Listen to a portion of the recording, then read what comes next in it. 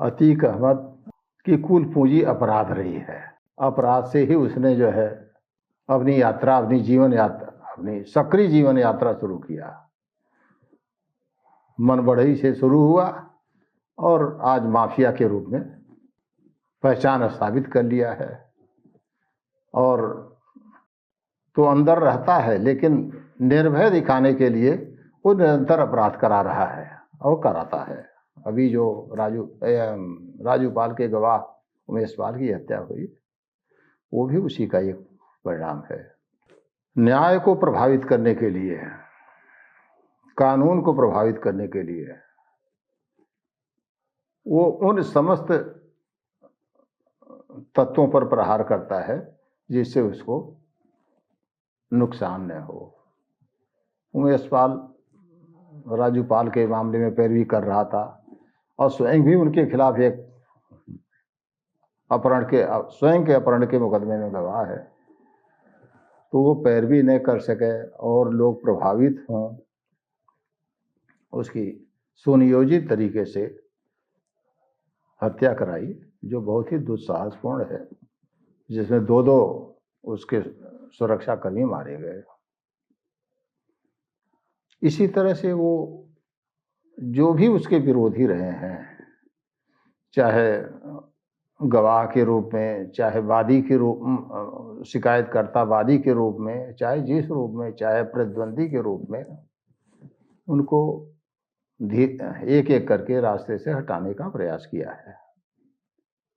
चांद बाबा की आप बात कर रहे हैं। चांद बाबा से शुरू से थोड़ी दुश्मनी थी। चांद बाबा भी दबंग था, ये भी दबंग था। पहले आपस में मिलते जुलते थे।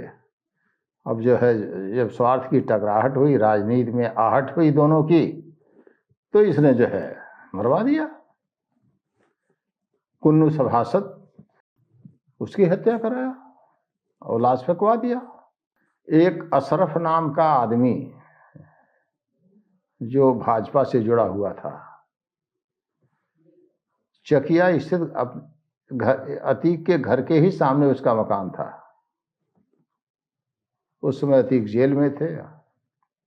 अतीक के षड्यंत्र से उसकी हत्या घर पर, वो घर पर था या इनके घर से फायरिंग करके इसकी हत्या हुई। तमाम ऐसी हत्याएं भी हुई हैं जिनमें कहीं न कहीं सहभागिता रही है, लेकिन साक्ष्य न मिलने के कारण, परिस्थितियों के कारण छूट गए हैं। एक वहीं चकिया में ही एक मोहम्मद कारी थे जो कंप्यूटर वगैरह सिखा रहे थे बच्चियों को। उसकी संदिग्ध परिस्थितियों में हत्या हुई थी। उसमें भी इनकी भूमिका पर संदेह व्यक्त किया गया, लेकिन संभवतः पुख्ता सबूत न मिलने के कारण कार्रवाई नहीं हो पाई है। इनके घर के सामने ही, करबला के पास, वहाँ एक हत्या इन्होंने कराई थी। ये भी इनका प्रतिद्वंदी था। कई हत्याएं लोग, और दुखद तो ये है कि जिसकी होती है उस पक्ष के लोग फिर समझौता कर लेते हैं। पुलिस की तरफ से, प्रशासन से कार्रवाई भी होती रही है, लेकिन अब समझौते पर कोई क्या कर सकता है।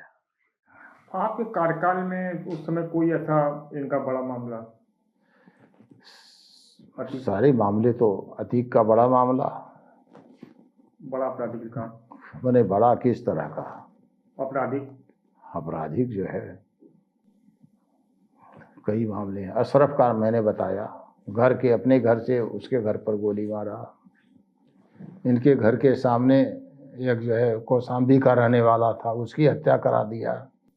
मैं आया नहीं था, जो है उससे पहले सिविल लाइंस में हत्या हुई थी, क्राइम नंबर 41/96 मेरी समझ से। सिविल लाइंस में गाड़ी पार्किंग को लेकर के, हटाने को लेकर के, अग्रवाल बच्चों के जो डॉक्टर हैं लोहिया मार्ग पर, उनके नर्सिंग होम के सामने हत्या कराया था। क्या नाम है, कई घटनाएं हैं। इस तरह के अपराधी समाज के लिए कितने खतरनाक हैं? किस तरह की इनको दंड? समाज, ये अपराध करते किसके साथ हैं? समाज के ही साथ तो अपराध होता है। समाज के ही साथ अपराध होता है। आप चलिए, आपने मदरसा कांड सुना होगा। किसके साथ अपराध हुआ था? उसमें कौन आया था? किसका नाम उछला था? पीड़ित तो समाज ही होता है। जो समाज पीड़ित होता है उसी के कुछ लोग मदद करते हैं। हाँ, जब कार्यवाही होती है तो मनोबल इनका, अपराधियों का टूटता है। इनका मनोबल पूरा टूट गया था। इनकी मतलब उस समय की बात है, 98 से 2003 के बीच में जो भी कार्यवाही नियम सम्मत थी सब हुई थी और ये एक तरह से टूट गए थे। लेकिन दुर्भाग्य यह था कि सत्ता परिवर्तन के साथ साथ इनको संजीवनी मिल गई और ये फिर प्रचंड हो गए। और लोग कहते हैं कि मतलब जेल में बैठ के अपराधी, बड़े अपराधी सब अपना ताना बुनते उनको वो। जब अपराधी जहाँ भी रहेगा वो अपराधी सोच ही करता रहेगा, चाहे जेल में रहे या मुक्त रहे। और जेल में बैठ करके षड्यंत्र करना, योजना बनाना, ये तो सर्वविदित है। अपराधी जेल तो अपराधियों के लिए चरागाह भी बन जाती है, सबसे सुरक्षित स्थान बन जाता है। बड़े अपराधी जेल में ज़्यादा अच्छे तरीके से प्लानिंग कर सकते हैं और अपने बचने का मार्ग खोज सकते हैं। जहाँ तक आपने एनकाउंटर की बात की है, इस पर मैं कोई टिप्पणी इसलिए नहीं कर सकता कि उसके तथ्य मुझे ज्ञात नहीं हैं। लोग प्रश्न क्यों उठा रहे हैं, उनके समर्थक भी हो सकते हैं, उनके अन्यथा प्रश्न तो वही उठाए जो साक्षी हो कि हमारे सामने ऐसा हुआ और दिखाया ऐसा गया, तो उस पर हम टिप्पणी नहीं कर सकते और मेरा उस पर कुछ कहना उचित नहीं है। अतीक का आपराधिक रिकॉर्ड मतलब उनकी पीढ़ी दर पीढ़ी चल रहा है। पिताजी भी अपराधी थे, उसके बाद इनका अतीक का पहला अपराध क्या था? अतीक का पहला अपराध जहाँ तक मेरी जानकारी सन 79 में इन्होंने, जो आप झारखंड है उस प्रदेश में अपराध अपने पारिवारिक कारणों से किया था। ठेकेदार की बात थी। उसके बाद अपराध का क्रम कभी टूटा नहीं। फिर अगर डायरेक्ट अपराध नहीं हुआ तो षड्यंत्र करके, योजना बना करके हुआ। कई तरीके से अपराध हुए हैं। प्रॉपर्टी का अलग अपराध हुआ है,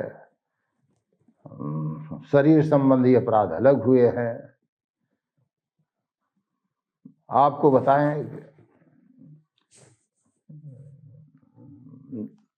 निर्धारित नियम के विरुद्ध जो भी के से परे हट करके जो काम किया जाता है वो सब अपराध ही होता है। एक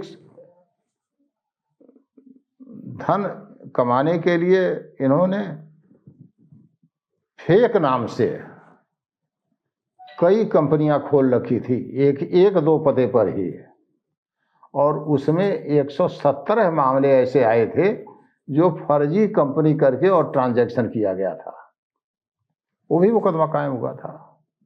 इस चैनल को देखने के लिए लाइक करें, सब्सक्राइब करें और बेल आइकन दबाना ना भूलें।